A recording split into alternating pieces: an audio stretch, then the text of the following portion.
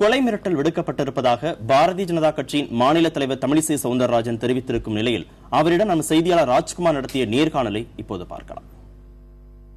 Madam வணக்கம்.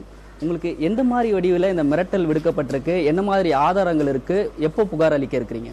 ஆதாரங்கள் என்று இல்லை, அதாவது வடிவம் என்று பார்த்தால் இதோ குறுஞ்செய்தி மூலமாக இந்த தகவல் வந்திருக்கிறது.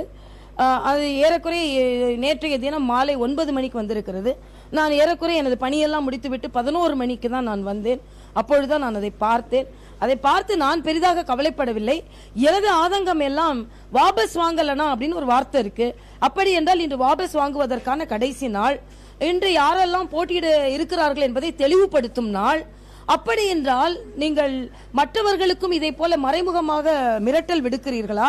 ஏனென்றால் இப்பொழுது பாரதிய ஜனதா கட்சியின் வேட்பாளர்கள் மற்றவர்களுக்கு சவாலாக இருந்து கொண்டிருக்கிறார்கள்.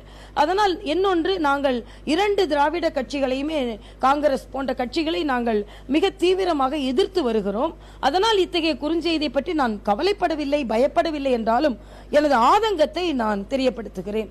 இந்த மிரட்டல் தொடர்பாக தேர்தல் ஆணையிடம் நேரடியாக புகார் அளிக்க இருக்கிறீங்களா? வேற என்ன மாதிரி நடவடிக்கை வேணும்? அதே போல பாஜகனுடைய மற்ற வேட்பாளர்களுக்கும் இது போல மிரட்டல் மற்ற விஷயங்கள் எதுவும் இருக்குதுன்னு நீங்க ஐயப்படுறீங்களா?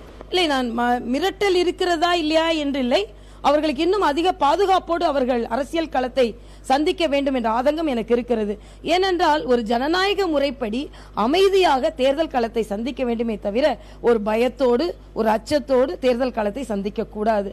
ஆக இத்தகைய செய்திகள் ஒரு பயத்தையும் ஒரு அச்சத்தையும் மற்றவர்களுக்கு ஏற்படுத்தலாம். ஆக இத்தகைய நிகழ்வுகள் நடைபெறக்கூடாது என்பதும் ஒரு நாகரிகமான அரசியல் தமிழகத்திற்கு தேவை என்பதும், அரசியல் களம் என்பது ஜனநாயக களமாக அமைதியாக இருக்க வேண்டுமே தவிர ஒரு போர்க்களத்தை போன்ற ஒரு தோற்றத்தை ஏற்படுத்திவிடக் கூடாது என்ற ஆதங்கமும் எனக்கு இருக்கிறது. அதனால் தேர்தல் ஆணையம் இன்னும் அதிக கவனத்தோடு இருக்க வேண்டும் என்பதும், ஏனென்றால் இதில் சொல்லப்பட்டிருக்கும் முறை பல சந்தேகங்களை ஏற்படுத்துகிறது. லாரி ஏற்றி உன் கார்ல மோதுவேன் அப்படின்னு சொன்னா இந்த முறையை எப்படி இவர்கள் பட்டவர்த்தனமாக சொல்கிறார்கள் என்பதுதான்.